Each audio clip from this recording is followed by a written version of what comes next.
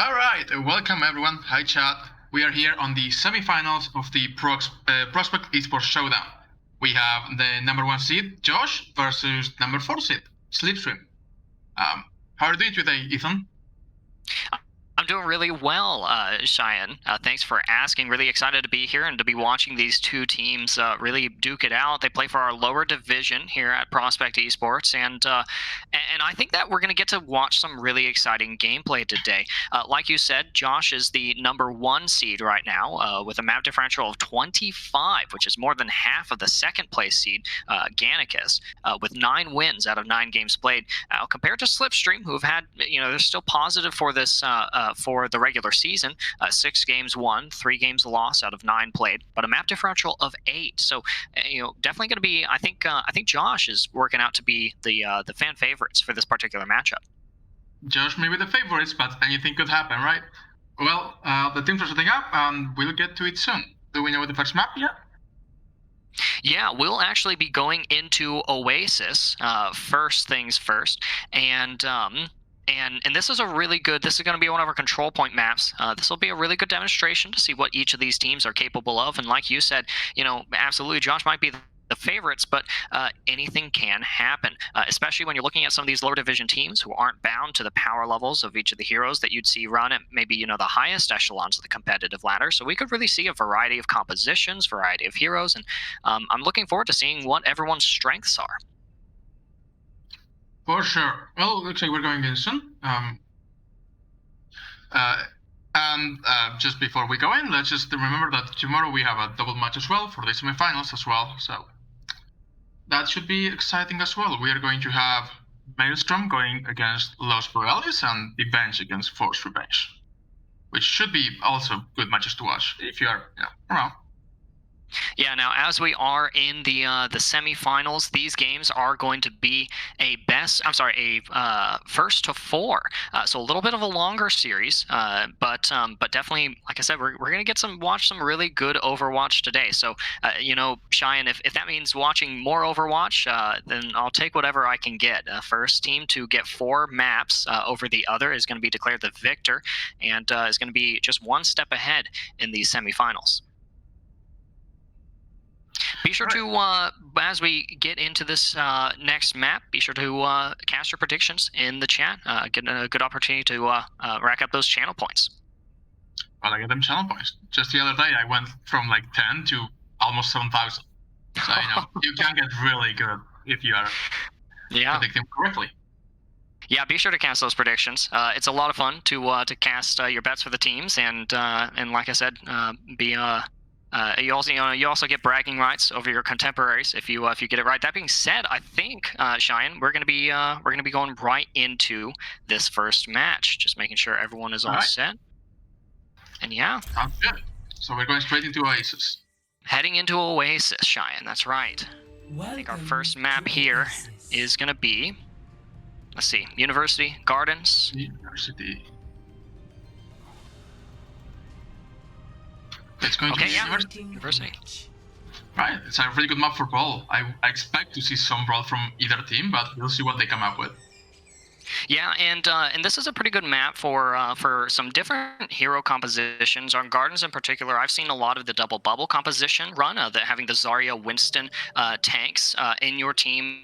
And right now in this state of play, the game is very much dependent on kind of what your tanks are wanting to run. So let's actually see on the side of Slipstream, what are we looking at there, Cheyenne? Slipstream, like we said, Slipstream is coming out with a Procon. They have Right Zarya, which is the basic, and they have a Chinga to probably abuse the fact that they have like such a tight chokes on the left of the map. On the other hand, Josh's server is just running like a McCree, Sombra, Moira, Lucio, Right Zarya Brawl as well. So it looks like we're going to go Brawl v Brawl. Yeah, it's going to be pretty even, although I do have to say, Cheyenne, the Mercy Lucio, that's a little bit relatively lower mid-fight healing output. We're going to be looking for Peter planning to time these amp it ups really perfectly on those heals, keep the team sustained on the point. Right, and Josh is rotating to the high ground. They start the fight on their high ground. They're just trading right now. The Sombra's taking an off angle, Justin just trying to get some damage in. Slipstream is really trying to make with the Junkrat work with a lot of spam damage. Just drop to the point, the Ryans are clashing, and Zarya is on the flank, the Ryan is getting deleted, and the Joshes look like they're going to win this fight. The Ryan's dead, Lucius dead, they got the press off, but it's not going to be enough, and Joshes do indeed take the first fight of the game. Yeah, you know, what I want to point out there is the patience that we saw from the tank lineup for Team Josh. Josh and Josh, the Zarya and the Reinhardt, engaging onto the objective when they knew they had to, instead of, you know, trying to preemptively take a fight that didn't give them an advantage. The two of them were able to secure two really important picks, and that's going to give them a 25% lead as the next team fight breaks out. But Cheyenne, look at Slipstream. What are they doing? What is this happening? They also swap out the Echo for a Reaper, so they are really going all in the let's kill people really fast. Okay. Josh already have felt, and the Reaper's going really aggressive on him. That's a big shot. 3 people down. This could make the fight. Yeah. Ryan goes down, Zarya goes down, the fight is over, Hainan is out, Coalescence is out, maybe a little bit too many ultimates, but it certainly seems like a one fight at this point, and the Slipstream are regrouped. Yeah, that's kind of what I was thinking as well. You know, maybe the Coalescence is a little bit extra there, but you know, with the synergy that the Team Josh has, I'm certain that they're still going to end up on top of this next engagement. We do have the tire coming out from Atomic Devil, so that's going to be one to look out for. And Govan, 87% to the Shatter. It's only going to take one Fire Strike to really make that build quickly enough. See if he manages to land it. Oh, that's a big EMP. 5 people EMP. This should be really good if they can speed in. But the Zarya goes down. Josh is dead. They used the beat instead, and they are even on this fight. The Zarya is dead. The beat is running out. That's a shatter from Govan that really doesn't get a lot of people, but they are making it work. And Josh is low. They also use Coalescence, and the Slipstream just seem to be taking this fight. Only 2 people remaining on point for Josh. Only the McCree, and they turn the point. You even got to see a little bit of DPS Mercy there. Snurk doing a little bit of spy checking, making sure that Justin won't have a hacking angle onto any of the members of Slipstream here. A good retake from them, even at the cost of their ultimates, but Peter panning on the Moira is going to have that next Coalescence back relatively soon. It's the tire that I'm going to be looking for from Atomic Devil. Double grab! That's insane. The High Noon coming out, and the Slipstream just hide on point from the line of sight. They're really going into it, and 2 people go down. That's going to hurt. Only the Reaper left. No more damage other than that the Reaper he's going to be the last one alive. He's trying to get out, but they're 95%. Joshes are just bound to take this first map. Yeah, that was last team fight territory. Oh, he was trying to touch. Yeah. My will.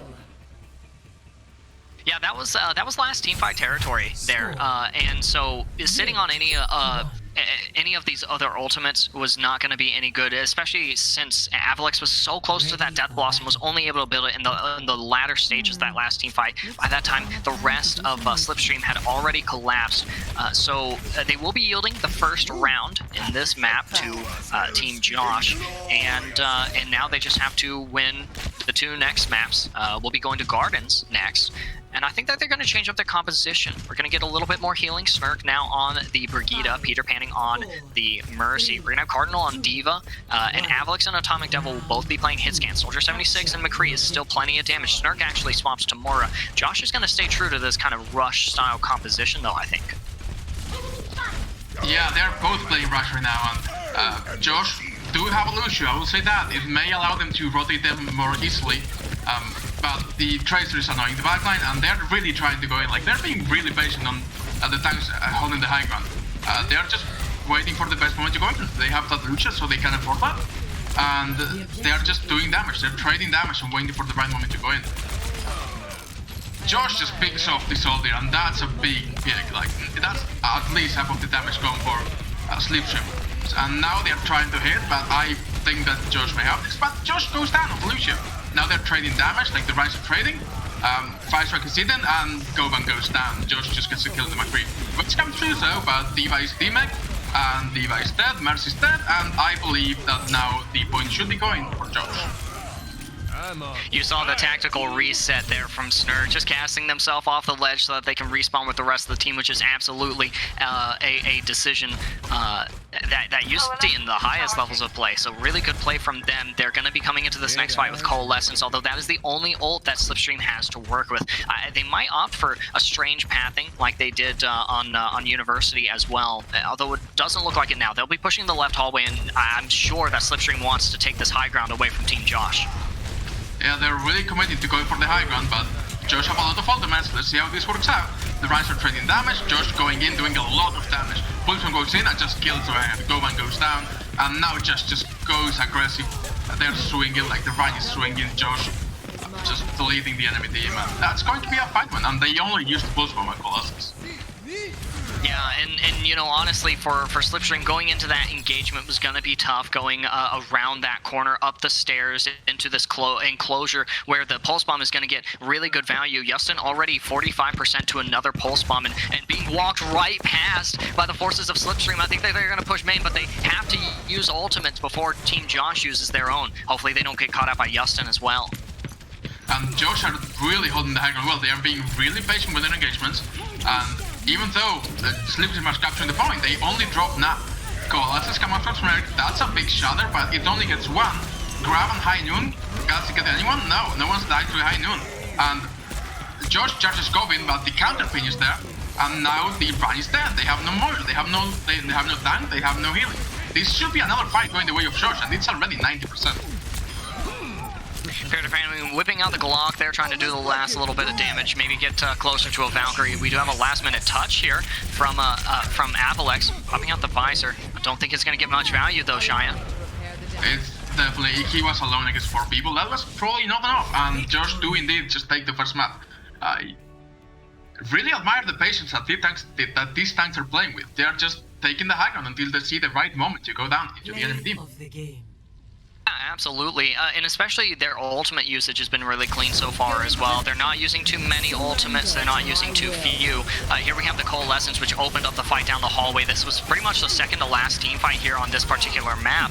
And honestly, you know, for me, if I was playing Moira for Slipstream, if I was Snurk, I would have popped the counter Coalescence. At the very least, I could have kept our Reinhardt topped off just enough to keep Govan from dying to the Pulse Bomb. So just a little bit unfortunate. You know, we ended that round, I think, with nearly 3 or 4 ultimates in the bank that we simply never used. So the first point will be going to Josh. They'll be leading the series 1-0, and now Slipstream will have the opportunity to pick the next map. We'll be going to an assault map next. Alright, would you mind reminding us what are the options for our assault match for this week? Yeah, the assault map, the 2CP as it's lovingly referred to by the community, our map picks are going to be Hanamura, Volskaya Industries, and Temple of Anubis. Tell me, Cheyenne, is there any particular one of these maps that you would like to see these teams play? I really want to see them play Volskaya Industries because it's really got those long silence, and maybe we'll see a different composition. Like you said, the double bubble is really popular right now. So I really want to see if they go for a sniper or maybe some kind of long-range damage hit scan on that map, along with the either the double bubble or the wrecking ball, as we've seen some teams play as of lately. And Double Bubble in particular, I like that you mentioned that comp. It's a personal favorite of mine to watch, reminiscent of the best parts, in my opinion, of the dive composition as well as the brawl composition. It embodies aspects of both of those popular comps. And Volskaya, which is the next map we'll be going to, is a good map for that particular composition. So I think that you might actually get your dream come true there, Cheyenne. Yeah, I would really like to. Let's see what these teams are running, but I really want to see them play with those long silence. It's really difficult to get close with brawl comps, like there's a lot of open space and very long silence. So I would really like to see these teams going for, if not the double bubble, at least some kind of hybrid comp with a long range hit scan. Probably Ash. Ash is very well regarded on this map. Perfect. And just making some adjustments here. What do you think Slipstream is going to have to do for their attack composition? Do you think that they're going to have to run the double bubble composition, or do you think that we'll probably see the same kind of rush brawl style comp that they've been having so far? I think that they should run, if not the double bubble, some kind of really either a hybrid or a dive comp that allows them to close the distance really fast. But this is the low bracket, and anything could happen. I would not be surprised if the teams decided to just stick with the Rashko. Let's get those predictions going. What do you guys in chat think? Who is going to win this map? Is it going to be Slipstream or just the Joshes again? That's a mouthful, the Joshes. Right. We are indeed going to Volskaya. I do hope that we get to see some of that, if not double bubble in particular, just some long-range hit scan heroes, like Ashe, Widow, maybe even McCree. A little bit more McCree wouldn't be that bad. Yeah, absolutely. And it looks like we are all set, so we'll be going to Volskaya Industries next. So maybe we'll see a little bit of that double bubble composition, a little bit of brawl comp. You know, one of my earliest memories playing Overwatch is actually back in Season 3 when I was learning the game. I was learning it as Zenyatta, and I distinctly remember just having terrible matches, being the highest priority target in and against dive compositions as just an absolutely new player to the game. Volskaya was always a good map for dive comps, hybrid dive comps, and so hopefully I'll get to see a little bit of those, get some bad flashbacks, reminisce about the good old days before roll queue, which I'm sure we all remember very fondly. And now Slipstream, you know, it looks like we will be getting a rush style composition from Slipstream. Is that right, Cheyenne? Indeed, they are indeed going. They do have a long range hit scan in the form of Ashe, who, like I said, is just really good on this map. But they are going for a Ryan's area along with a jungler, and they are going to stay with their support line. Sorry, with that Symmetra we're talking about. It's okay. That's okay. I forgot they changed sides. I'm sorry, chat. They are going for a Ryan's area Symmetra. They maybe will try to teleport to the left, and they have Moira Baptiste. That's a lot of healing. Yeah, that's going to be more than enough for Govan and Cardinal. They're going to be able to body all the damage they want, I think. And with Avalex and Cajun on the Symmetra and the Ashe, there's going to be plenty of damage behind their front lines as well. So I'm pretty eager to see kind of which teams really suffer in the resource battle. Alright, and Slipstream are going for the teleport. They teleport straight to the point. They are going to try to force them on the point. And the Symmetra, if she can build up the beam, she can really do a lot of damage. So I think that these Joshes really have to go fast in this fight if they don't want to allow the Symmetra, but she goes down. Just picks the Symmetra, and now most of that damage is gone for Slipstream. It's going to be a battle of resources, but the Reinhardt goes down, and now the advantage is on Slipstream's side. The shield is going down, he's low, but they have a lot of healing, and they're really pressuring this point. They have shorter spawns advantage, and the Ashe goes down, and the Reinhardt is just cleaning up on the point. No one can really contest him. Lucia goes down, and it's only the Moira now. That window used as well. I'm not sure it was necessary, but they do indeed just win the point, and it's under a minute. Yeah, it was a really good engagement from them. I liked the length of the team fight and the picks that were secured. But Cheyenne, I have to be wondering to myself what was going on in the comms. I have to wonder if at any point somebody called that it was a one team fight so that we'd have this amplification matrix from Debugsta going into the next round, or going into the next point. So we'll see how they do without that resources. We do have the coalescence coming up from Josh for the side of Team Josh. And they did also go on the Winston. Maybe they have practiced this comp for the defense. That's an attempt at shatter, but it misses. The tire does get the Ashe, Ganjon-wise, and they use coalescence as well. The teleport to point does not work, and the judges just clean up this fight. I think that actually it wasn't quite a team kill, but it oh yeah, because Avalex had to hard reset with the rest of the team. I think they were getting staggered out there. Really good engagement from Team Josh. I kind of wish we had gotten to see a bigger shatter than that, but absolutely the connection with the tire from Josh onto Cajun Wise Guy was really good. An aggressive coalescence as well onto the teleport made sure that by the time they the Slipstream teleported to the other side, they were taking hefty amounts of damage, which just made cleaning up the fight easier. But Slipstream has been able to hold on to these ults. They've got both tank ults going into this fight. How do you think that this is going to play out, Cheyenne? I think that if they manage to get either a big shatter or a big Raptor Surge, they could win this fight. Joshes don't have a defensive ultimate yet. The beat is not there, and the shatter is big. The grab gets 2 people as well, and it looks like they are going to win this fight. 3 people down, 4 people down, they commit Bob as well. Josh goes down, it's only the defensive Bob, and he's not even on point. The wall goes out for the Symmetra, Avilex using the wall, and they are just going to clean up on this point. The stall is only going to be as long as they allow it, and it's over, just like that. Really, really good, clean engagements, quick fights on the side of Slipstream, showing us that, yeah, you can absolutely pull out some less than conventional strategies to successfully obtain both objectives of what is normally a very defensible game mode, particularly that second objective. I really liked the TP above the second point towards that nest where you normally see the Ana or the snipers for the defending team, and then dropping down behind the objective to get a shatter onto the back line of Team Josh. It was fantastic. Now, adding the grab on top of the shatter for me was a little bit questionable, but hey, if you use all of your ultimates and win the round with 4 minutes and 10 seconds in the time bank, I'll take what I can get. If I'm Slipstream, I'm feeling pretty good about this defense. Yeah, like we said earlier, even though Slipstream are the number 4 seed, they bring it to the table against the Judges, who are the number 1.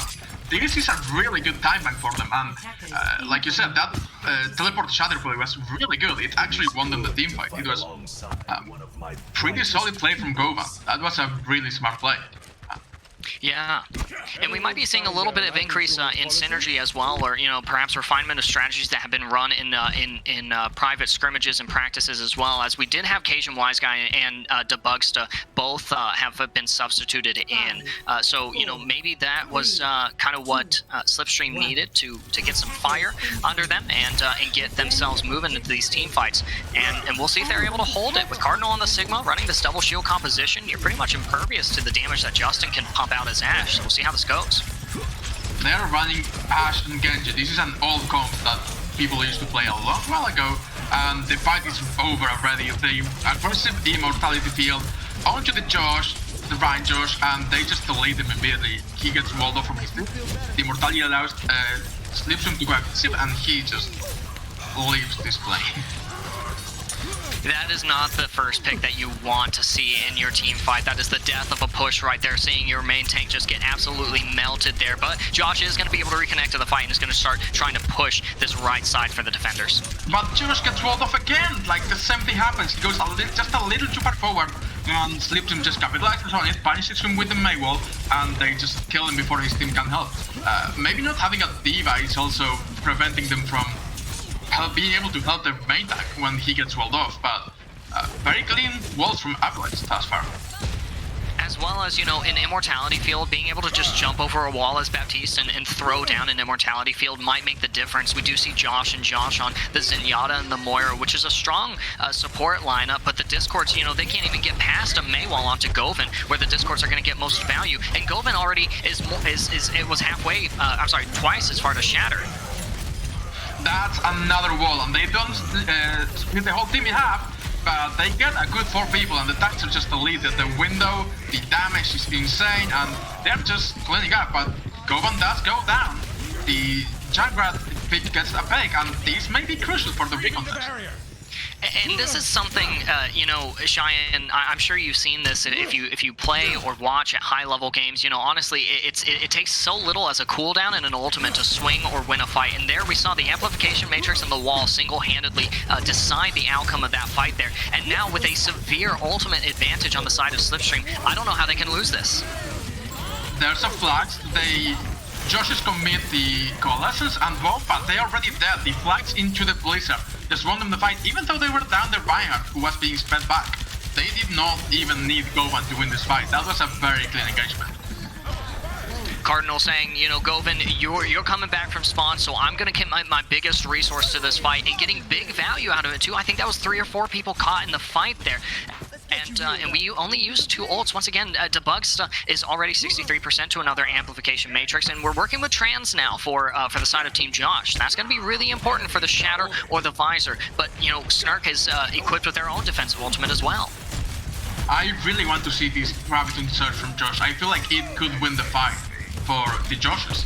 It could really make a big impact if he gets a really good grab, and maybe even a tire to follow up. There's the grab, it gets 2 people. The Immortality Field comes out, the Visor comes out, they're trading damage, and the Sigma Shield cloaking the healing on the damage load. That's a really good counter shot. Oh, man! Transcendence to counter it.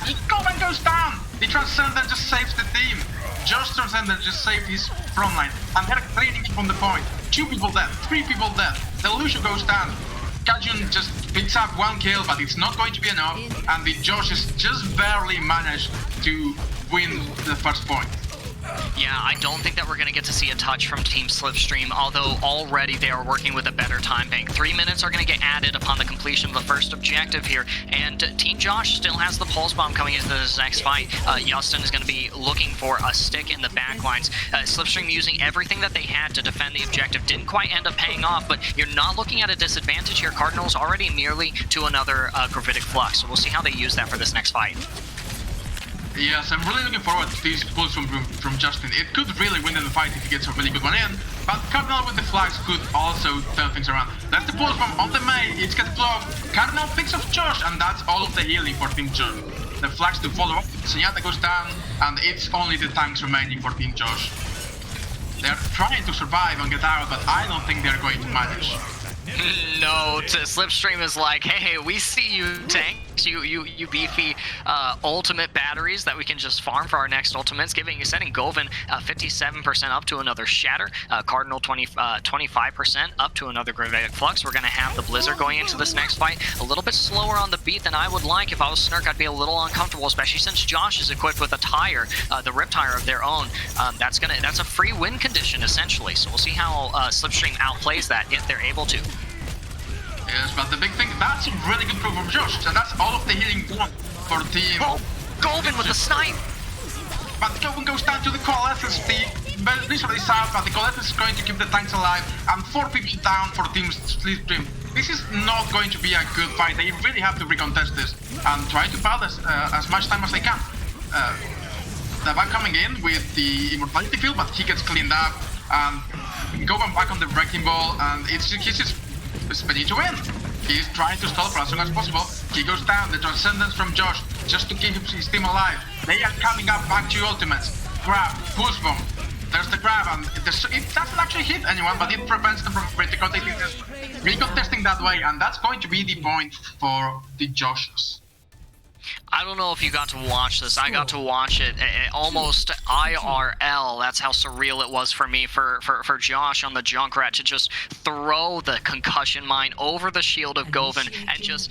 It looks so selective, the way that he just got Debugsta out of the fight immediately, and from there it was kind of a steamroll. I was hoping to see if Slipstream could actually kind of reverse that, reverse the tide of that team fight, but it definitely wasn't going to be able to.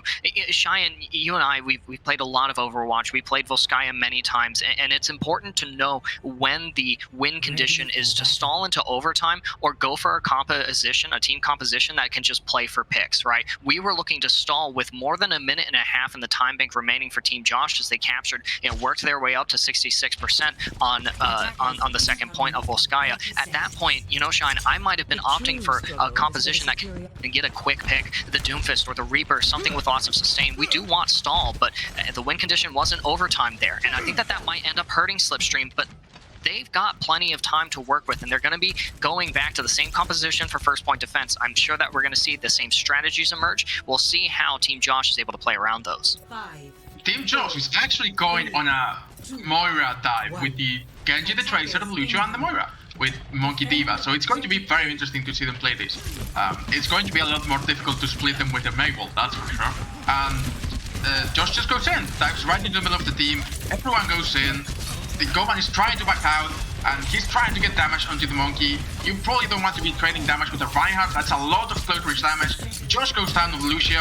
Josh jumps in on the Monkey, and he also goes down. But they do keep picking the Reinhardt.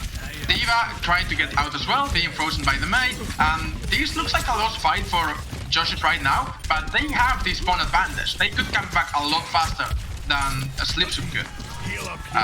Yeah, but now...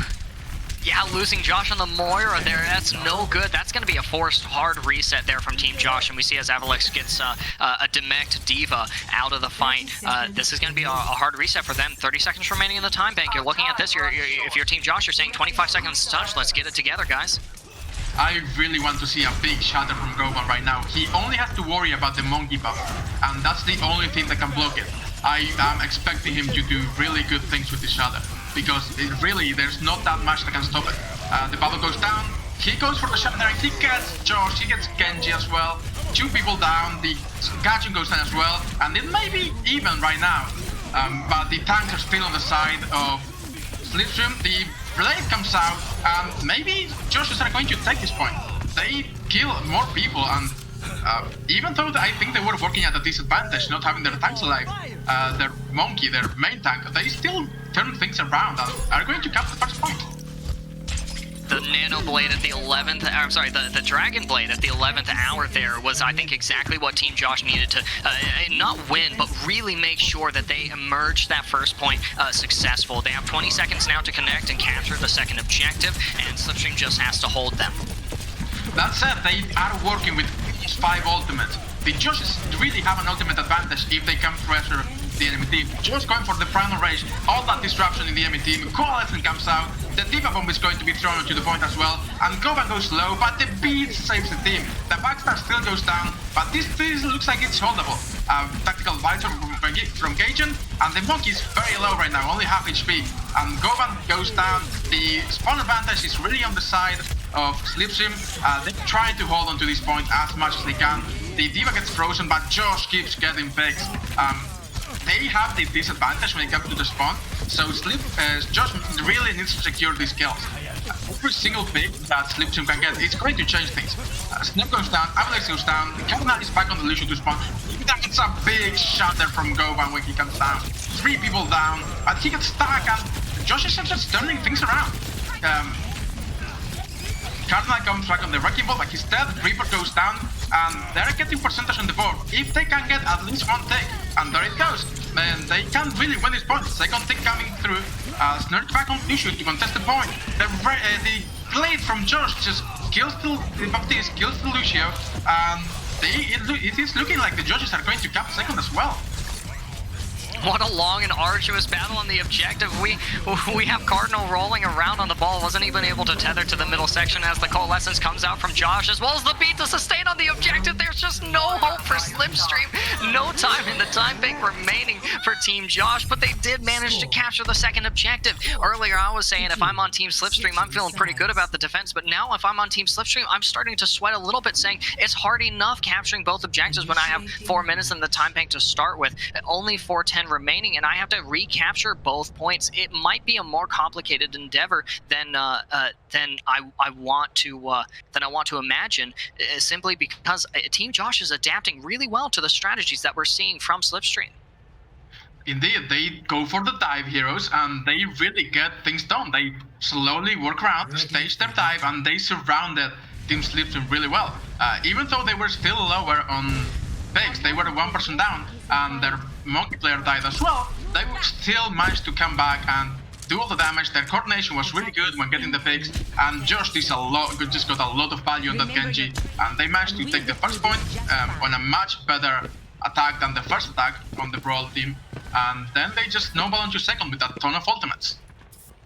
Yeah, and it's one of those instances that if I'm for Slipstream, you know, it's important to get picks. It's more important to get the right picks, and I just don't think that we had the luxury of securing the correct eliminations in order to swing that fight. So they will have to capture both points. Now look at this comp for Team Josh. They will be on the Brawl tanks, but Josh is going to be taking to the skies as Farah. Justin on the Ashe is going to be delivering damage, and we have Josh on the Mercy to damage boost both of them. That's so much damage. It's actually going to immediately prompt the swap from Cardinal from onto Diva, and Cajun will be mirroring the Farah pick. That said, Cajun doesn't have a Mercy to work with. All of that damage is going to be, they're going to have it. They don't have the healing to sustain as long as Josh will. And Cajun goes down. He was already low, and that single direct rocket, it's all it takes. Josh keeps Avalanche, but Goban! That's a ton of damage into the enemy core. And now it's only the Farah left on the point to contest. It really looks like Slipstream are going to make even better time than their first time around. Goban's slow, but they still have the teleporter, and this is not going to be a recontest. They're going straight into the second point. I mean, really, that's what you need if you're for Team Slipstream here, is to a quick capture of the first objective, rolling into the second one. If you know me, Cheyenne, you know that I like saying the same thing over and over and over again, so I reiterate, it's not about the picks, it's about getting the right ones. And Cajun, the pick onto them was good, but it was the pick onto Joshua's Mercy for Team Josh that really put that fight in the favor of Slipstream. and now Slipstream are coming in. They are teleporting again to the point, to the high ground of the point. They're dropping, and they're really trying to take the fight to them, but with the Baxter going down to the Jungler on the Josh's side, that's going to be a lost fight and a reset. They probably are not going to commit to a fight without their main healer. And Josh on the Jungler just got 3 picks, and this is a reset. Yeah, it looked like for a second Afterlex was like, let me just hang out here in the choke and get that extra 6% ult charge that I need for the wall, which is going to be really important going into this next fight. Josh is still only 50% to the Riptire on the Junkrat. Justin is swapped to the Reaper, so it's going to be a little bit before they're able to build a Death Blossom. But Josh with the Earth Shatter and Josh with the Graviton Surge. Feels like I'm saying the same thing over and over again anyways here as I name all these players. But we do see a rotation. Again, look at Slipstream's pathing. It's unique. I love it. I love the way that they're moving, Cheyenne. That's they're going to really tight corridors where that Jungler can really do a lot of damage. In fact, they are going to reset because they just got spammed out a lot. And Snake goes down, and they're going very slowly taking this rotation through the moving platforms. It feels like Georges will know what's coming up. But they do have an ultimate advantage, Slipstream, so they could just pressure this really hard and get a lot of value from this. And Kajun is on the off angle as well, trying to go for a surprise play. That's another teleport shatter, but this time it's blocked. The counter from Josh gets the snirk, the beat comes out, the coalition comes out, and they're trying to go to the point, and Josh goes down to the Reinhardt. There's the amplification matrix, attack is coming through. Is he going to get anyone? It gets one, but it's really going in the favor of Slipstream. They have the window, they have the tackle biter, and it looks like they may win the fight, but they did lose 2 players there. And the grab from Josh may just stall things enough for Josh to get back into the fight. They swap to the Genji, they swap to the Moira, and they're coming back through with just stall things. They are just trying to buy more and more time. Josh picks Cardinal when he was going for the remake after the bomb, and Justin kills the Vasta, and again, it feels like Joshes are so coordinated that they're just getting picks whenever they can, and that's making a big difference with the Prisma advantage. Well, it's like I said earlier, it's about getting the composition for sustain and pick potential, and that's exactly what Josh was opting for when they swapped onto the Genji, getting the D.Va when she was Cardinal as they bombed. The bomb didn't secure eliminations, but it did open up Cardinal to get eliminated themselves by Josh and the Genji. Just a lengthy and prolonged fight there on the objective where you have respawn timers coming in for the defensive team Josh, and for the offensive team Slipstream, it's going to take them longer to reconnect to the point. So now only 40 seconds to work with. They need to capture progress. Even if it's in overtime, they need this objective. And they're working at an ultimate disadvantage. He also swapped the Symmetra to an Echo to try to get more damage out. There's a Blood Blossom, but it doesn't get any value, eaten by Cardinal. The beat goes out to counter the Shatter, and now Slipstream don't have any ultimates to work with. Josh has this Shatter, and Josh is coming up to the plate as well. Josh deletes Govan out of the game, and it feels like this may be it. Even though Josh goes down, like I said earlier, they have the spawn advantage, and their main tank is not in play. Josh committing the coalescence onto the last fight, the pick to counter at it, and even though Slipstream is getting onto the point with whatever ultimates they have left, their main tank is only in the process of coming back. Josh picks up Avilex, and that's a big grab play for the Joshes. They get 2 kills out of it. There's a third, D.Va teammate, the baby D.Va is gone, it's only the Monkey on the point now it's only the Soldier, and he's not going to be able to sustain against the whole team. This point goes towards the Joshers. Victory. They'll now be leading this series 2-0, even though Slipstream has just put up an incredible fight. Cheyenne, you and I, we've both played games on Volskaya Industries that, kind of play out very similarly to this one, where, it could go either way. At one point you're rolling, and at the other point you're getting rolled, and then you go back to rolling. We're seeing such a great back and forth between these two teams. It's like listening to a good orchestra, hearing the call and response between the different sections of instruments, and it's making for some really exhilarating team fights as well. So it will still be Slipstream's next map pick. We'll be going into our hybrid game mode next, but I think that we'll be heading into a break. Is that right? I believe so, yes. Okay. I really like the compositions that these teams are playing as well. They are really adapting very well to Especially the Joshs are adapting really well to what Slipstream brings to the table. Right.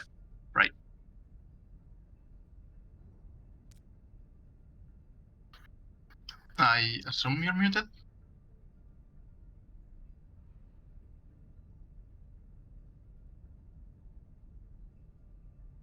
There we go. Okay. Yeah, don't go anywhere, guys. We'll be right back. Okay.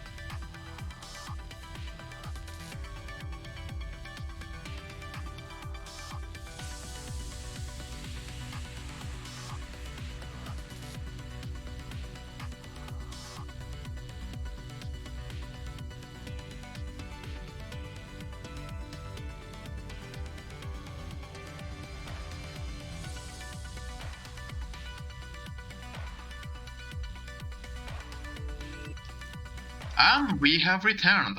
Welcome back, chat, to the Prospect eSports Showdown game between Josh and Slipstream, where the Joshes are leading 2-0 right now. Ethan, what do you think is going on here? Do you think Slipstream has a really good change that may allow them to turn things around? Gee, this this series may be being played by two of our lower division teams here for Prospect Esports, but man, is Slipstream just giving me a show. All I care about is watching good Overwatch played, and both of these teams are doing that. Team Josh with the adaptability that they've displayed, running a variety of compositions, a whole host of heroes that they can be comfortable on and take objectives, secure eliminations on. But Slipstream has been coming out with just these little moments that I appreciate so much. The strange and wonderful pathing to the objective or to the next engagement. Definitely the hero flexibility from themselves. The unique teleports onto just right onto the objective on Volskaya on their attack round. Honestly, again, Josh is number 1 seed. They got the synergy down. They got the matching career profile icons. They've got the matching names with the exception of Justin, who might be the deadweight, just for being named Justin. But I think Slipstream has what it takes to take a couple of maps, if not the series. But this next map, as we go into Hollywood, that's where that reverse sweep has to start. Indeed, they only have a couple more chances to start turning things around, and it's got to start here. Hollywood, hybrid maps, it's really good for several different compositions, and it's got some weird rotations if you really want to commit to those, and Slipstream has been going for those in the past. So I do really expect them to, if they still run the brawl, maybe go behind the cafe or go for a weird rotation than just running it down main. I would really like to see how the Georges adapt to that. They've been really good in their adaptation. Yeah, and again, it's just the nature of Hollywood being what we call 2CP on wheels in the community, where you have to capture the objective and then move the objective in the form of the payload all the way to the end of the map. Particularly on that second phase, the streets phase, there's room for a lot of different compositions. You can run the rush and just take the elevators, which got buffed a little while ago now. You can ride the elevators to the high ground and just control that space, and you can go full dive comp. So we'll see what we see from both of these teams. We will have Slipstream on the attack here. Cheyenne, what are we looking at for their composition? Right now, it still looks like Joshes are committing to the brawl with the Rhine and the Zarya. I really like that Rhine Sigma variation, but this time they're going Rhine Zarya with the Jungler. They are really good when it comes to spamming out the enemy and making their composition work. But they have the Tracer. I would really like to see how Justin does in the Tracer. Plus the more illusions. They're really going to be playing into this rush style. On the other hand, well, he was on the Wrecking Ball, now he changed. It looks like Slipstream are also going to go on the brawl. Maybe with a lot of spam damage. They have Atomic Devil on the Jungler and Gadget on the Pharah. I like this mirror matchup, not necessarily in hero, but in playstyle here from Cajun, Wise Guy, and Justin, both of whom are playing these DPS heroes who play a little bit more separate from the team. Cajun and Justin both will have to anchor back to the supports, to their backlines, in order to get vital healing. So we'll see how which of those DPS is able to run it better. I have high hopes for Slipstream as they begin this first engagement.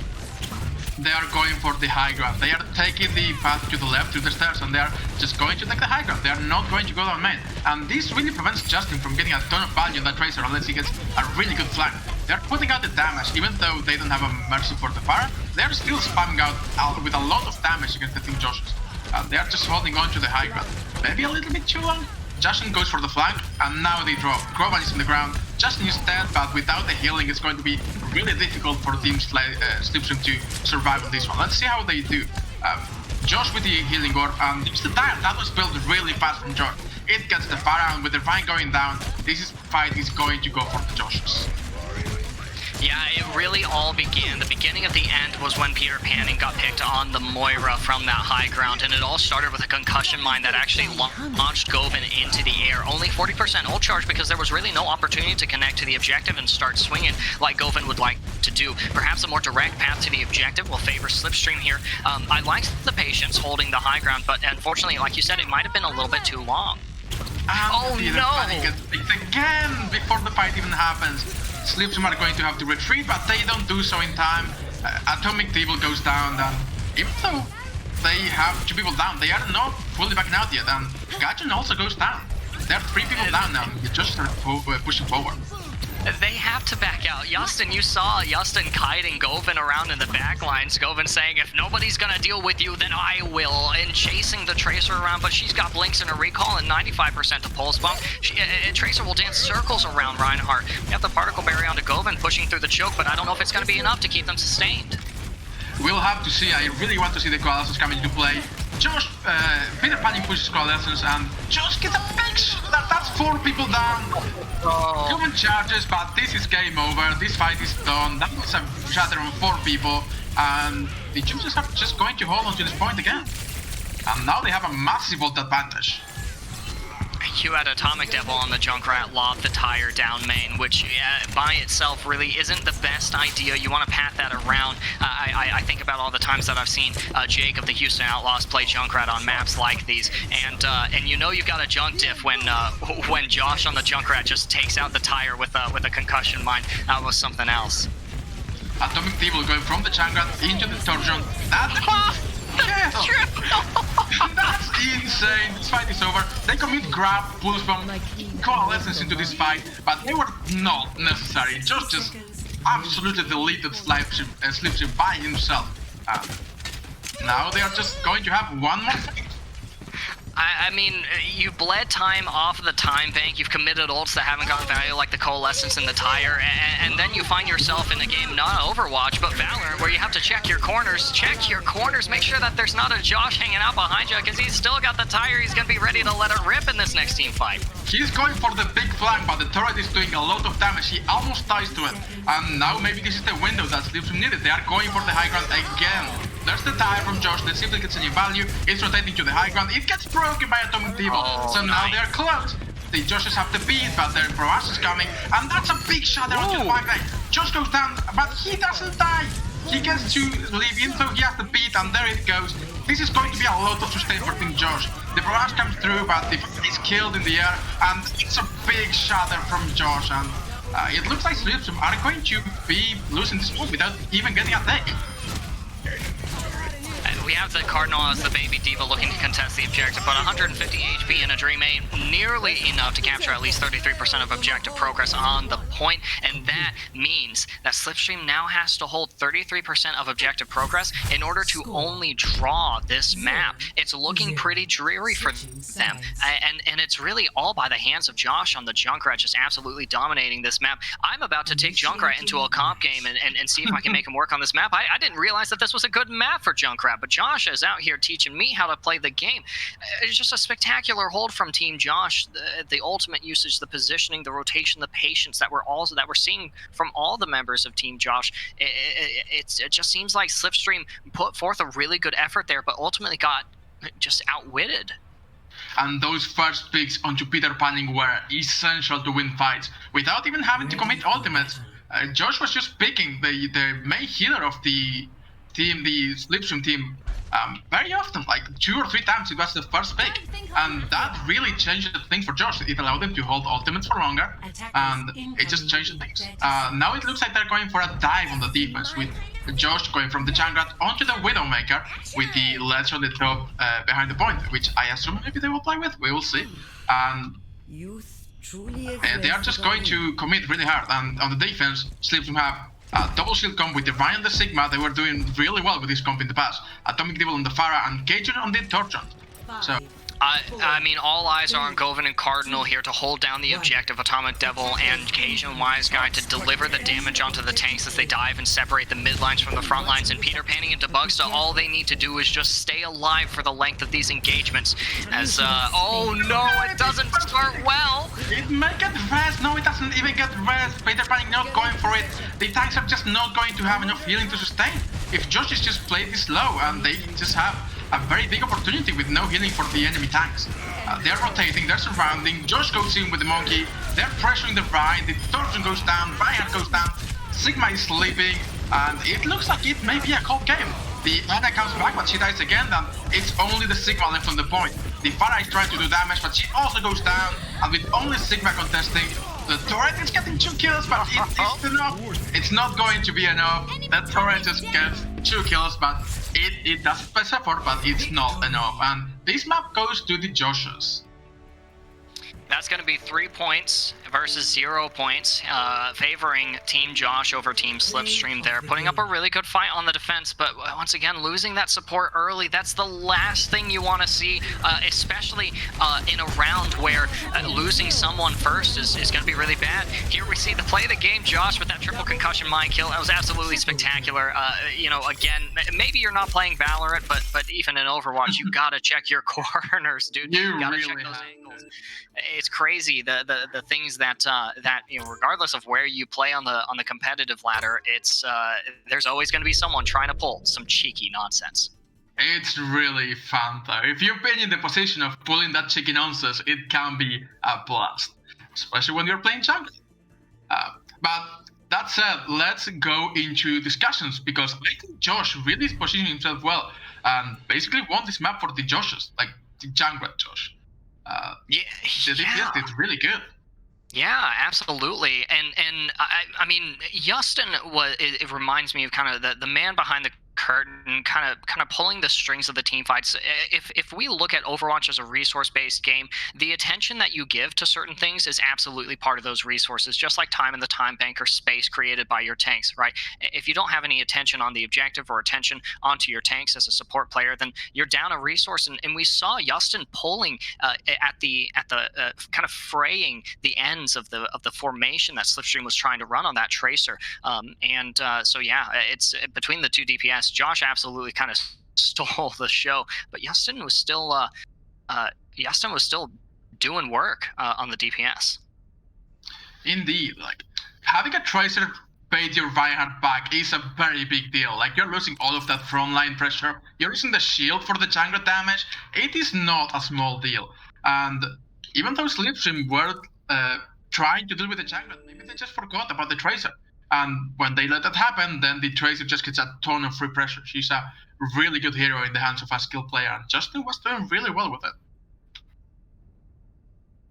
We do have some substitutions here. We are going to have Delexis coming in to the support lineup instead of Josh42, as we call him. We are also going to have Avalex coming back in for Cajun, and we're going to have Snurk for Peter Panning. So once again, in this map where you need to hold this, you need to win this to start swinging the series for Slipstream. They're I don't think they're going to be pulling their punches. We'll probably be seeing some pretty spectacular compositions being run on the side of Slipstream. And yeah, go ahead. I would really like to see them play something else than Brawl. Josh's in particular have run down before, and I feel like this is a really good map for it, with the gas station holding the high ground. And if Slipstream just decide to give up the gas station, it could be a really big deal. I would really like to see how this plays out if they do choose to go for the Brawl approach. That said, with players from Slipstream, do you think are doing really well? Yeah, and it might just be so much as Avalex on the May there. That might be all that they need to really start swinging this series, or at least take this map away from Team Josh. They've dropped all 3 of the maps so far, whether it's Control or 2CP, the Assault game mode or the Hybrid game mode, maybe the Escort game mode. It's just, once again, Team Josh is looking like the most formidable opponent in this division. But like I said, I'm looking for Slipstream to take a map, and I think that it begins with some of these substitutions. Avalex and Snurk coming back in. Snurk's going to be able to pump out that healing, and Avalex is going to be able to play that flex DPS. They're going to be able to meet the needs of the team, whatever those might be. We're going to have to watch out for a Team Josh. Their dive on the attack has just been really clean so far. And Escort is as good a game mode for dive compositions as any other.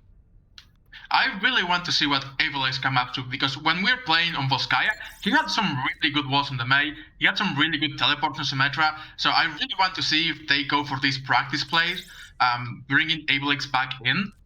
Maybe they really have like a really good coordination around it. Maybe this is their big opportunity to win the map and start staging a reverse comeback, maybe. At least I would expect them to try. Yeah, and before we get into our next map, that's going to be going to Route 66. Slipstream has picked that particular map. Be sure to cast your predictions in the chat.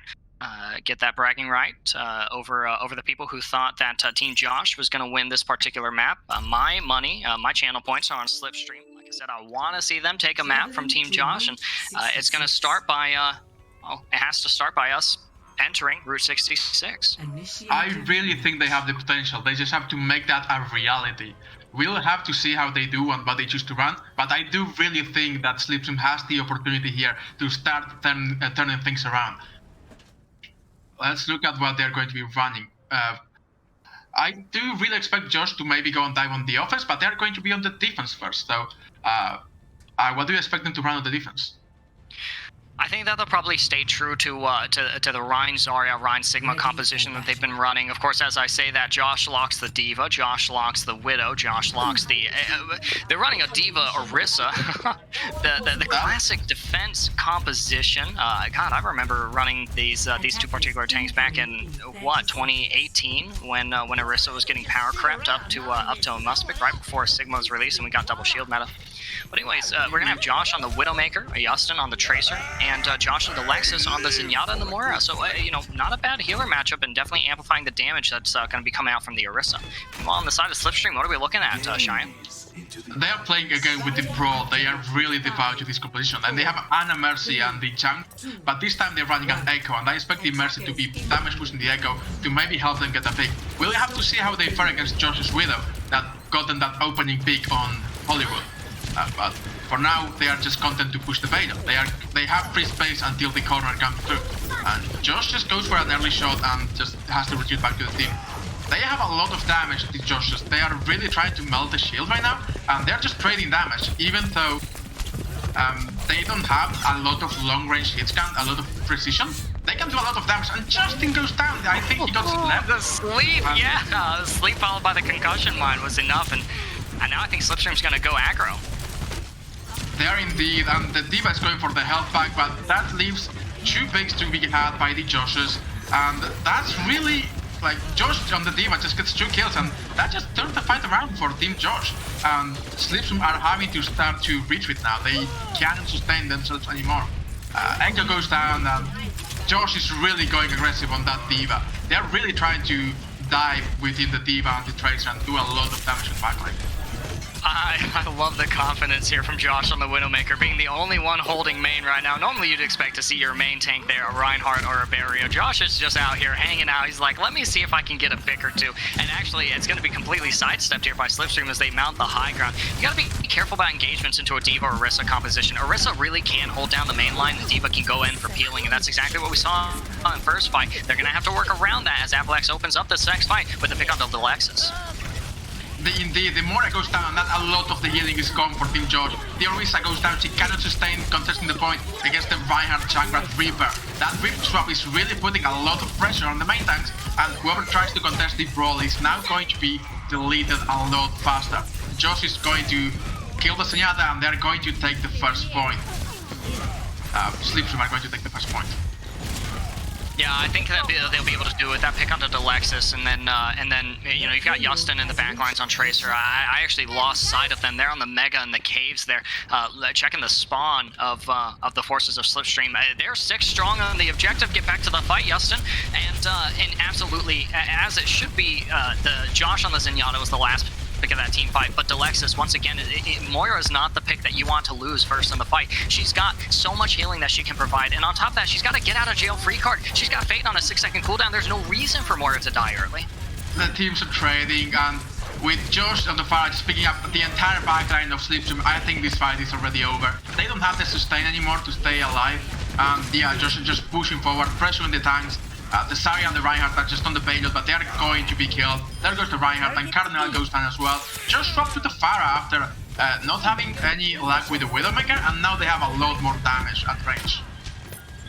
I mean, I don't know if you've ever been hit by a direct hit of a Pharah rocket while being discorded by an enemy Zenyatta, but that hurts. It hurts bad, and it's absolutely cutting into this health pool of Team Slipstream, which is now being sustained by Snurk on the Mercy and Debugsta on Ana. You're relying on the Ana to give you that burst healing, and Snurk, they have to damage boost in some of these duels. We're going to open up this next fight with Valkyrie, but the barrage! That's a barrage! It's Cardinal!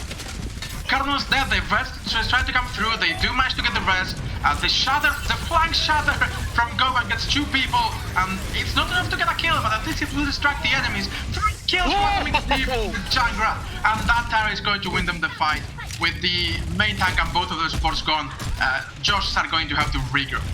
Now, I was going to stay quiet till the mid-map break, but I'm sorry, I gotta give him a woo! So that Atomic getting a 3K! Oh my god! Absolutely massive. It's like Govin corralled them into the corner and is like, Atomic, now's your time, and Atomic goes, yes, it is! And he lobs the tire, he gets 3 out. That was fantastic.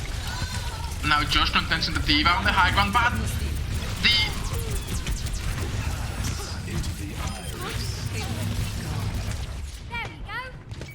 Looks like we got the grab time surge. Yeah, it looks like the train kind of shut them down. Yeah, a little bit, but the forces of Slipstream are still strong as the pulse bomb comes out from Justin. Doesn't quite get anyone out of the fight. Now Justin is just blinking around and around the cart. Alexis actually goes down to Atomic Devil. We gotta watch out for those minefields as Josh reconnects to the objective, drops the supercharger on the boggle, eliciting the blossom from Avalex. It finds Josh and Josh on the reverse of the Diva. Without the tanks, there's no sustain on this objective. There's no presence, and now Team Josh is going to yield the second objective for 3:13 in the time bank, really. Every second really counts. And they're staying on the same comp. They're really committing to this comp, even for third. They do have the barrage coming up, but they don't have any more ultimates yet. And the tire from Atomic Devil, it got 3 people last time. Josh was all the way back, and he had to reset. Is he going for a change? But right now, their team's 1 down. And Slipstream is pushing forward with the tanks. They are a little bit split, but maybe they can get something done while Josh comes back from the spawn. The Govin is really putting pressure on the tanks. He gets nanoed and he's going to try to get close, but without the Lucio with him, he's not able to close the distance, and Josh just gets with the barrage, the pick on the Ana, and they get the Reinhardt. You're not going to be able to sustain without that Ana, and looks like Slipstream is going for the reset. I think, Cheyenne, maybe it was a little bit preemptive to give the nano to Govin there. If I was Govin, I was like, you know, I need to be connected to the enemy because for the nano... Oh, the big sleep onto Justin, but they don't secure the kill. Justin's going to be able to get out for free as recalled full HP and is still in the back looking for that pulse bomb. But he's very far away, and if they speed onto his team, he may not get value. There's the push bomb, it gets the Ana, and that's another... Congratulate obligated! That's a Pogo Bomb! That's a Pogo Bomb! That's a Pogo Bomb! That's a Pogo Bomb, indeed. They just cleans up the fight, and Avalex is going to go back to that Reaper to try to counteract the enemy tanks a bit more, to put more pressure on them. We'll see if it works. They have a lot of ultimates to work with right now. Oh man, Cheyenne, they got the Shatter, the Grab. Hopefully they don't use those at the same time, but they do have Atomic Devil with the tire, and they've got Avalex now in the Symmetra. They're going to be able to use this teleporter to bypass the forces of Team Josh, but look, Debug and Avalex both go down! Kill! That's insane from Josh. Just gets 2 headshots onto maybe even the 2 most important people with the mobility on the teleporter and the healing on the Ana, and that's just a fight lost for Slipstream. They did not have to use anything. Josh just clean up that fight thanks to Josh on the Hanzo, and he was doing good on the Widowmaker before, but now he's just wrecking the enemy team. That was a really good fight for him. And Hanzo's in a really good spot right now as well. Storm Arrow does as much damage as it's ever been, and Slipstream is still doing good in terms of ultimate economy, and they're gonna drop the Symmetra. Avalex is gonna go back to Reaper. I think that's just gonna be more value if they can't path around. But Josh finds Avalex is gonna lob the dragons. They used the beat, they committed beat to the fight, even though they're down 1. Jovin goes for the Shatter, but it is no Risa shield, and he gets deleted. The Bongo is power boosting everyone in the team, and even though Atomic Devil is going to get 1 pick, that's not going to be enough. And this fight is going to go for the Joshes again. I mean, just look at the formation of both of these teams. You've got Team Josh not playing separate from each other, but they're holding all of these potential angles because they know that Slipstream is pathing differently than you might see a team conventionally path in a solo queue ranks game. They know to watch out for all of these different places that Slipstream could push, and now Slipstream has to push the main because there's no time in the time bank remaining. They're contesting the payload. There's the Diva bomb from Josh. Let's see if he gets any this time. He kills the Zarya, and the Transcendence onto the Grab is not going to allow any picks to come through. They down on the Reinhardt, and Govan is just, again, too far away to get a lot of value. He's just contesting the payload. Josh goes for the pick, and Justin picks Avalex. That's a very big pick. Snake picks Justin, but it's still up for the Joshes. That's 1 pick. Govan is gone, and it looks like it's going to go for the way of Josh is again coalescence.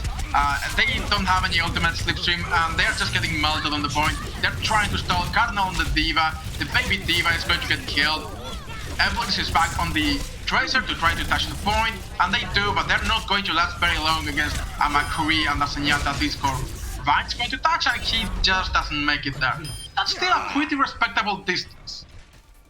Yeah, it absolutely is. Once again, I've said this many times, and I hope that Slipstream doesn't prove me wrong here, but if you're Team Slipstream, you're looking at this and you're like, this is a winnable game. This is the most winnable game I've played all day because I've been playing competitive all day, and Team Josh, I mean, they're definitely a lot more formidable, but I've got my team around me. I've got people I can trust, I've got people I've practiced with, and I can play heroes that I'm confident on, and that's what we need to see from Team Slipstream. We need to see the confidence radiating from them. We need them on good hero picks. We need them on a solid, quick-paced team composition, something that can match the output and inputs of Team Josh and really give them a run for their money. They are going to have to defend here, and they're going to opt to defend with a Ryan Zarya based composition. Snurk is going to be picking up the Baptiste. So, honestly, I think this is one of the few instances I think that we've seen a Baptiste on the side of Slipstream. Definitely a little bit of a flex here. Debuxo will be on Ana, Avalex on the Torbjorn. We saw them do good work on Hollywood, and Atomic Devil is going to be on the Junkrat. Watch out for those tires. What are we looking at on the side of Team Josh, Zion? He's gotten a lot of value out of those tires as well. It looks like they're going to try to hold the high ground. On the other hand, the Joshes are going to be playing with a dive tank line, but with Symmetra. Maybe it's just to get a teleport to the high ground, and they are going to flex. And they have the Moria Zenyatta backline. That's a lot of damage coming out from the Zenyatta. They are rotating to the left, and maybe they're not going to just teleport to the high ground. The Slipstream are really going close, and they're really trying to contest the enemy team. The Josh is right into the spot, but Atomic Devil goes down, and so does Elena, and that's a lot of their team gone. They're going back onto the Bastion, Justin, from their earlier Diva pick, and they're just deleting the enemy team with that Bastion. He's taking the high ground, and that sort of has to be a hard reset for Team Slipstream. I mean, looking at this, you've got Justin on the Bastion and Josh on the Zenyatta. That is so much damage. If I'm Govan, I'm crying for a second shield or for people to not play behind my shield because it's going to go down in mere moments. And then after that, with the Discord on me, my armor is going to be gone in split seconds. It's going to be really hard to engage into Team Josh like this. Indeed, but they do have dive tanks, so the Bastion is not going to have a permanent shield with it. They dive, Avalex gets left, and he gets deleted, but Atomic Devil gets a kill, and Cardinal gets the hook into the Diva, and that's 2 down for Team George. They are going back in, the Immortality field was used, and the Bastion just gets the Baptiste. That's a lot of healing gone for Team Slipstream as well, but they do kill the Monkey, and it looks like they managed to retake, and the Georges are just recouping back to the spawn. That was a really good fight from the side of Slipstream. They were able to stabilize on the objective. There's still 2.5 minutes remaining in the time bank for Team Josh. That's plenty of time to make something happen for them. And we are, I think, waiting on another respawn. Snurk coming back on the Baptiste, reconnecting to the objective. So Slipstream's going to have to play it safe, play it slow. But I think that they can hold this. I think that they can continue to hold this. But with Avalex going down, it might look hard. Indeed, and the Monkey types Diana, and Diana has to use all of the resources. They bait out the Immortality field as well, and it's a lot of damage coming out from the Bastion, from Justin, and they just delete the enemy front line. The Ryan is gone, the Baptiste is dead, and this looks like it's going to be a cap for Team George. And they have a lot of ultimates in their bank as well from the next fight. Yeah, they've got the Whole Hog, they've got the Shatter. Avalex tries to touch, I think trying to get a little bit closer to that Death Blossom. That might be a win condition for Team Slipstream. Atomic Devil is getting closer and closer, inching their way to the Riptire. Debuxa now swaps onto the Brigida over the Ana. Just once again, you got to play really careful about that. And Symmetra teleporting to the high ground. Josh on the DPS roll saying space created like a tank. Yeah, indeed, and Josh just takes the high ground for free, but he gets hooked, and that's a ton of damage to the Monkey. He has to jump back into the high ground, but the Reaper is waiting for him, and that's your main tank gone, and now you really cannot sustain that long if the enemy pushes on you. That's it, Slipstream are playing very slow, they are waiting, they are being careful, even though Justin is no longer at the Bastion. That's a Shatter and the Immortality field, the Amplification window and the Tire as well. They are committing a lot of ultimates into this fight, but they do win the fight at the very least. And it's going to be a hard reset for Team Josh, but now they have more ultimates to work with. I don't know that the tire actually ever managed to get anybody. I actually missed it in the kill feed if it got destroyed. But honestly, you know, Cheyenne, I'm wondering if, once again, I'm wondering in their communication if anybody is at one point calling that the team fight is won, sacrificing the tire there just to make sure that we won a team fight that is still early in the early phases of Streets section. I don't think that was worth it. The wall comes out for Team Josh, and they are really going to try to make use of this. Alex goes down for the Blossom. He does get 2 kills, even though he gets stunned. It's still enough, and that's going to be enough, I believe, for Slipstream to win the fight. Now the Joshes don't have Zenyatta, they don't have Symmetra. That's a lot of damage gone, and they're just going to reset on this fight. And that was 2 ultimates. They also used the full hog, but that was a really clean fight, and the Avalanche on the flank really got a good engagement. I think it was just a little bit of a delay there on the defense matrix from Josh on the Diva. Wasn't enough to prevent Josh from dying, and Josh wasn't ready to commit the Transcendence to that either. Josh on the Zen is like, I thought that Blossom was going to get damage mitigated, and it just didn't end up happening. I'm amazed that Avalanche was able to get a second pick and get out of there. That was fantastic. That's a really good pick from Josh, though. Like, with the Junkrat gone, that's a lot of damage reduced from Team Slipstream. Just get that double kill, and then slam down onto Govan for the remake kill. Yes, it got buffed. Yes, it's still incredible. And the Joshes are just going to win this by using those 3 ultimates, the wall and the tank ultimates. And that was just insane. And Josh has been getting a lot of really good bombs, but the remake is just too much. Play of the game, then I'm just quitting life right now. Oh, I had a remake play of the game the other day, and it made me so happy. I know so many people who don't like that change, but I love it. I think it adds to the fun factor. Oh, speaking of fun, there's an Earth Shatter. The Reinhardt goes down, though. The Shatter is not valuable enough, and with the Rein going down, the point only has to go 0.10 meters now. The tire gets 2, and it may be enough, but the Transcendence to counteract it. Can they do enough? Atomic Devil and Able is getting a ton of damage out, even through the Transcendence, and it looks like Slipstream may actually hold this point. They commit the window as well. The Coalescence comes out, maybe Joshes can turn it around. The Coalescence gets 2 kills, and they also commit the wall, and it is looking more and more like this fight will go on the favor of Joshes. Not to mention that Slipstream has to stay on the point, because it's only 0.1 meters away from just capping the point, and it's only the supports on the point now, and the Joshes just have the entire team. 1 minute left, but they are about to get the tap, and they go. I mean, the longer that fight lasts, the longer the Symmetra is in that fight, the worse off you are if your team Slipstream. I was looking at that, like Battle of the Vampires, Avalex with a lifesteal and Moira with Delexis with Moira as lifesteal. I was wondering which team was going to sustain faster. Avalex goes for the Blossom, but gets shut down by Josh in the backlines. The car only needs to round this next corner. Cheyenne, what is going on for Slipstream? They got careless. A teleporter onto the high ground got Josh, and Josh a lot of damage. They got the first pick, and then the Blossom got interrupted by a McCree stand, and now they're just getting value. With Govan gone, it's only Cardinal on the point. The high noon is coming out, and it gets 2 kills, Transcendence to seal the deal, and this map also goes for Team Josh, and it closes down the series. Yeah, that is going to be the series. It's a 4-0 lead for Josh, a clean sweep, as we call it in the industry. And you know, honestly, they deserved it. They played super clean here. We're going to get to see the, well, Cheyenne, now I feel cheated. I feel cheated. There's no remake kill. There's no remake kill. You can't never see anything. Get me out of here. I'm done. I thought I was going to get a remake kill. Jeff has left, and now Aaron has disappointed me. I don't know what to say after that. Well, I do know what to say. Team Josh played really well, Cheyenne. What are your thoughts?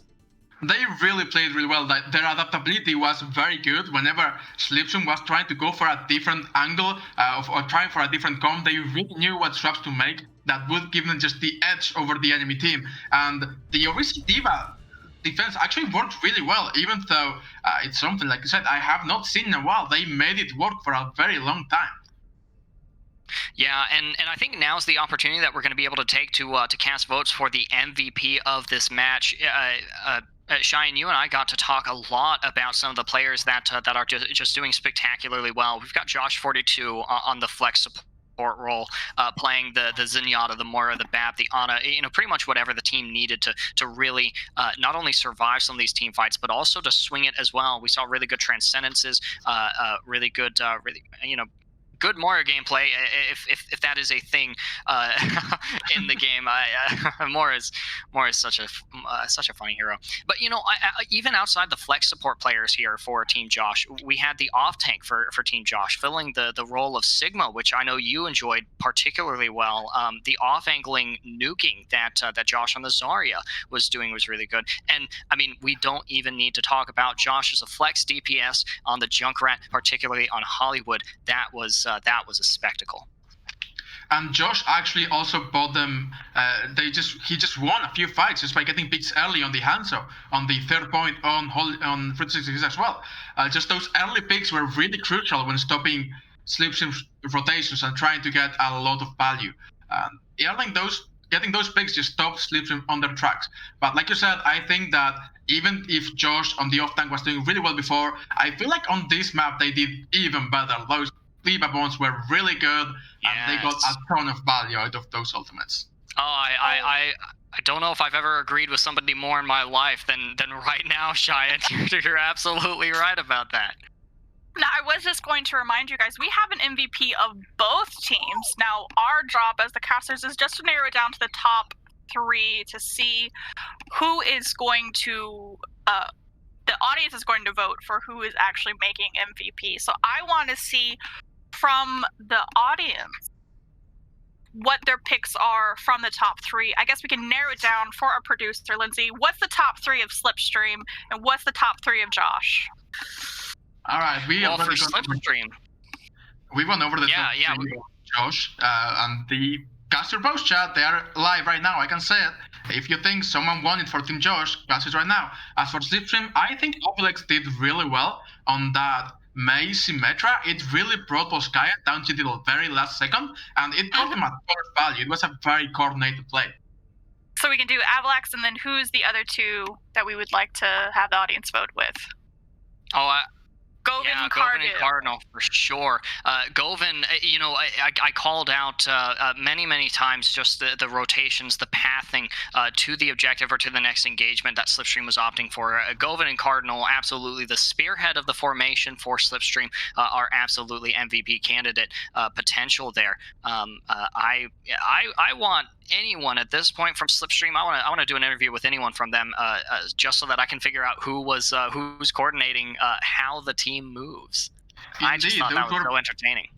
Those were very creative rotations, and it worked out for them sometimes. And I feel like Govin was really winning a lot of those fights when Team Slipstream was winning. Out of those shadows, out of the pressure, it was really, really good. I mean, we saw a particularly great performance from Govin on defense for Volskaya. In particular, was one of my favorite maps to watch Govin play, and we saw Cardinal backing them up on the Sigma as well on Volskaya. I think Volskaya was actually the best map out of this whole series. Definitely the least decisive as far as the performance from Josh from Team Josh goes. They were forced to be adaptable, which was a lot of fun to watch. But I really liked just seeing Slipstream have Team Josh on the ropes there, particularly for the attack. And once again, I gotta concur with the nomination for Avalex on the flex DPS pick, the May, the Symmetra. No matter who it was on, they were in one way or another getting some semblance of value for the entirety of the team.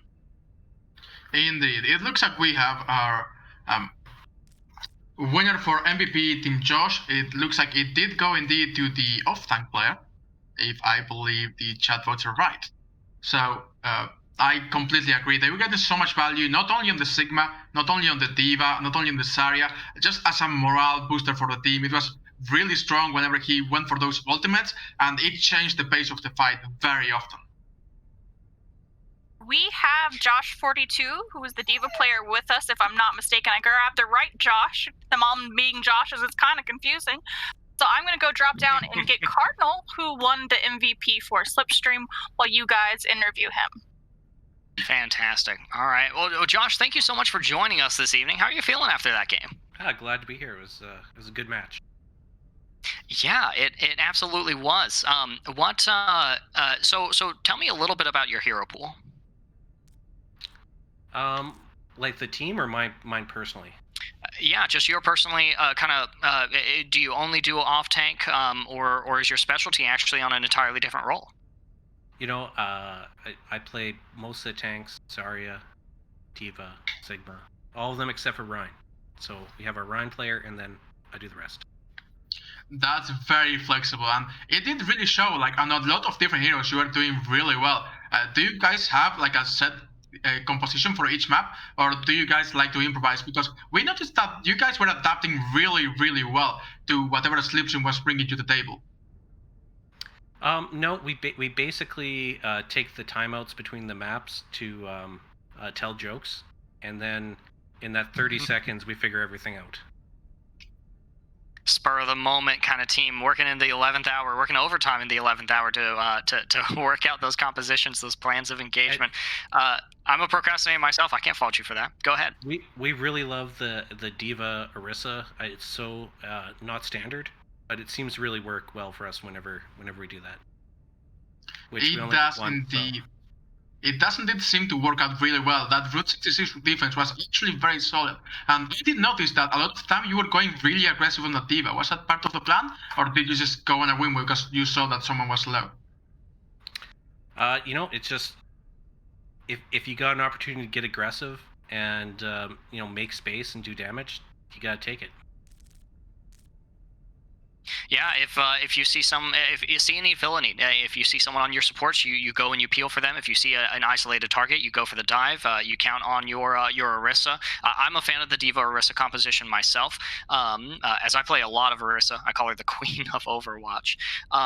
But you're counting on your Orisa to get a pull, bring that target closer to you, so you can barrage them down with micro missiles. Yeah, you're absolutely right. That's part of the flexibility of Diva. She is so much fun to watch. And speaking of Diva, how do you feel about the new remake change, doing 250 damage to anyone you land on? Well, I mean, anytime a character you play gets nerfed, it's disappointing. So, yeah. Well, yeah, and then when Diva gets a fun factor buff like that, it's I've seen so much more Diva in my games, and I think part of the reason is for the remake. Everyone's trying to go for those cheeky kills. Yeah, you make one change, it makes the game new, it seems, and everyone wants to participate. Yeah. Indeed, and we saw you even get a kill on with the remake onto the enemy Reinhardt, which was really, really fun to watch, and we do feel cheated that was not the play of the game. Oh, I was hoping the teleporter bomb would be play of the game. The TP bomb, was that for the last point on Route 66? Yes. Okay, I think that might have been playing the game. I'm not entirely. Oh god, we had so many Diva bomb kills. I can barely remember. I can barely keep track. It's our signature move. We every match we look for it. So in the finals. Interesting. Better keep an eye out. That's very interesting indeed. Yeah, I'll be looking for that. Indeed. Well, thank you for stopping by, Josh42. Sorry we don't have a better name for you, but you know your team is all Josh. All right, thanks a lot, guys. Thank you so much. Congratulations on the MVP of your team. Thank you.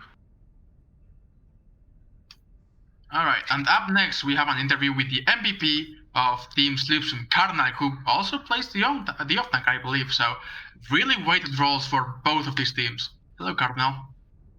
Hey. I'm not sure how I got MVP, honestly, but I'll take it, I guess.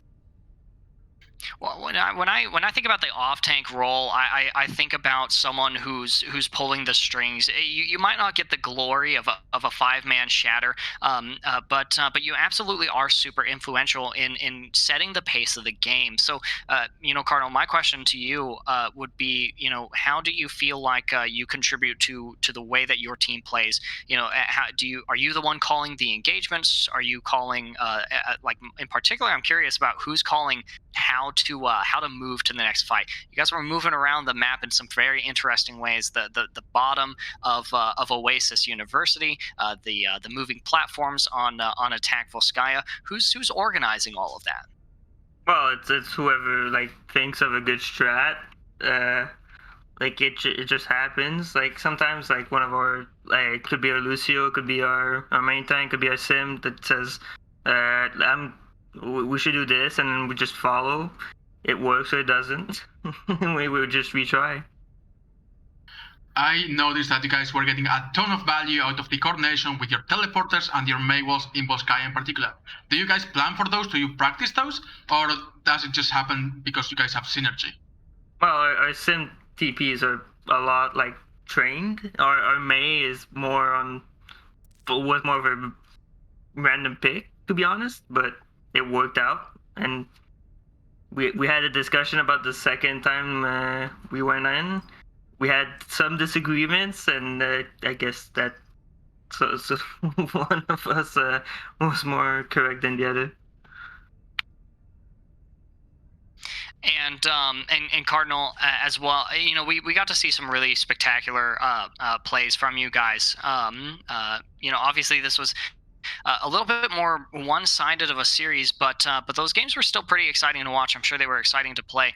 Are you guys looking forward to some really good refinement of strategies in future practices? Now that you've got a good idea of how Team Josh plays, how are you feeling about the next matches you guys have? Yeah, well, I mean, we feel good. It's just we play our strats. Well, usually, except this time we kind of went off a bit doing some. But yeah, usually when we just play our strat, it works out quite well, and then we just go back and practice the same strats to make sure we do better and fix our mistakes. So you guys are, at least for tonight, it was a little bit kind of on the fly decision making. You guys are like, all right, yeah, let's try this out. Let's take a risk and see if it pays off. Yeah, we don't usually play the Lucio, but we tried it. Didn't really work. That's fine. I really like the initiative to at least try to see what sticks, try to see what you can do to make things work.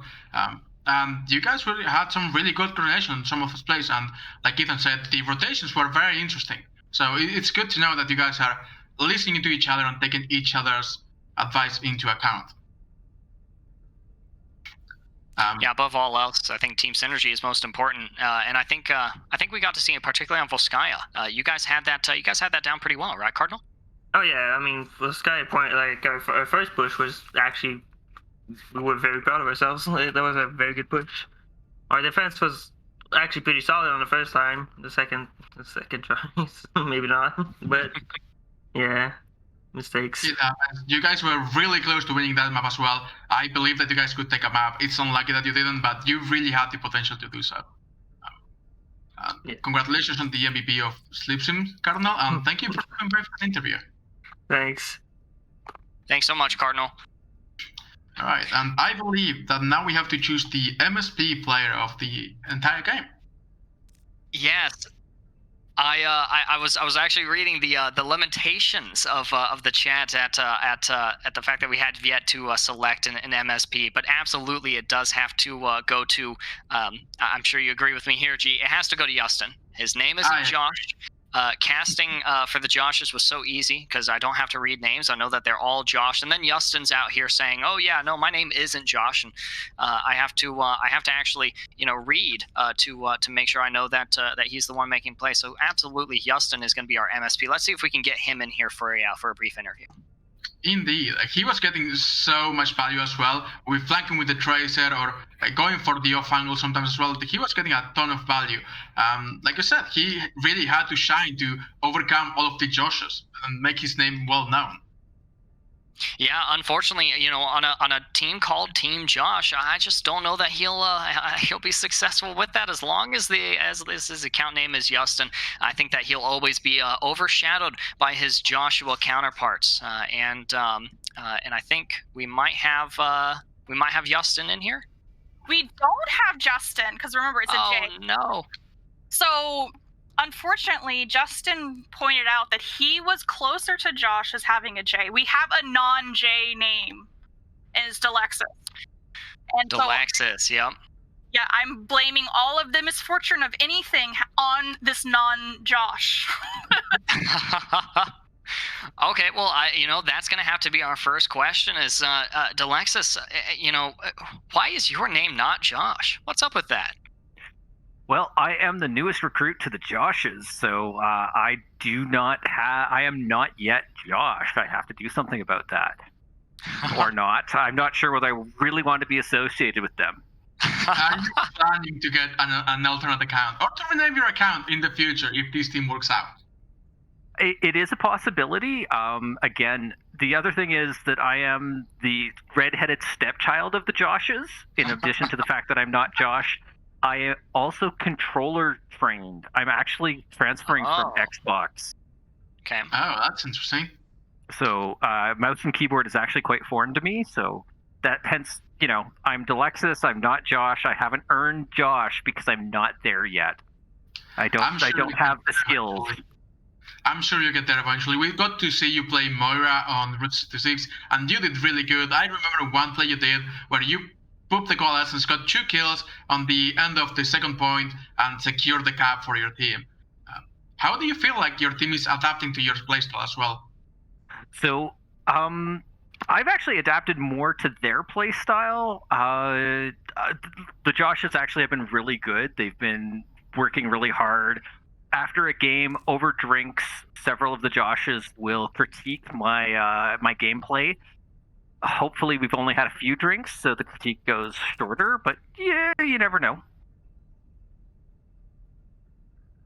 And when that day finally comes, Delexis, when you're able to join the Joshes in eternal glory as a Josh yourself, are you going to have to pay the $10 fee to change the battle tag, or are you just going to get people to report your battle tag for bad battle tags so you can just get it changed for free?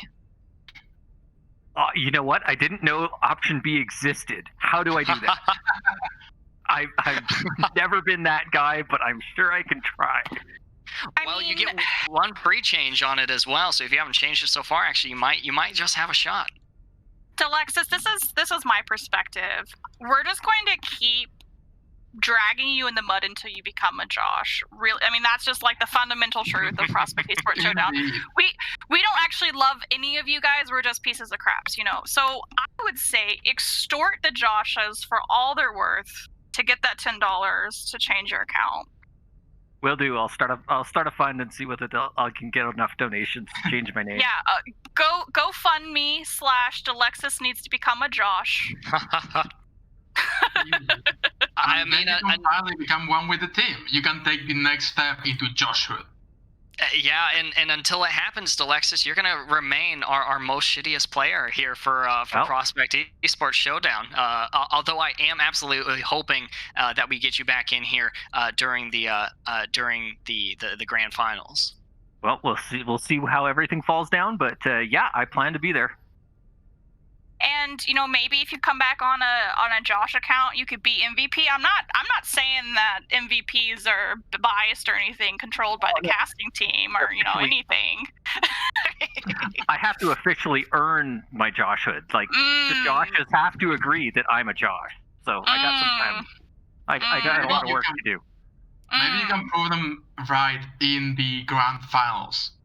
That would be the crowning achievement for a story.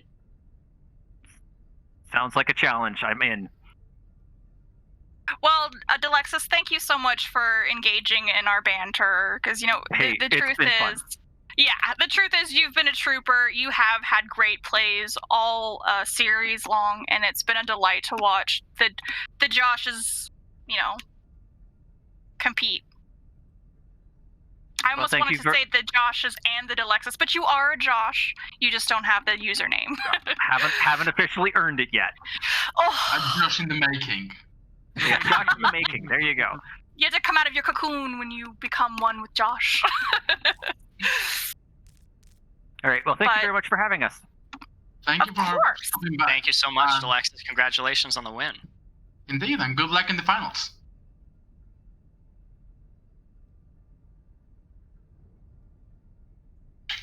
And I mean that was such a spectacular performance from both teams. I think Cheyenne, I talked about wanting to see good Overwatch, and that's exactly what I got to see played today. Oh goodness, I actually had something that I was gonna say, and I have just totally blanked. So I'm gonna let you take it from here, Cheyenne.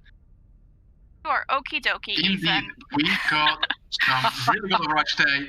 I do think that Slipstream could have won a map. I think they had that potential. In the end, just clean sweep the game. And I think what you're forgetting is that up next we have Nikki streaming, one of our producers. So we could just send people over there. That's probably going to be their destination.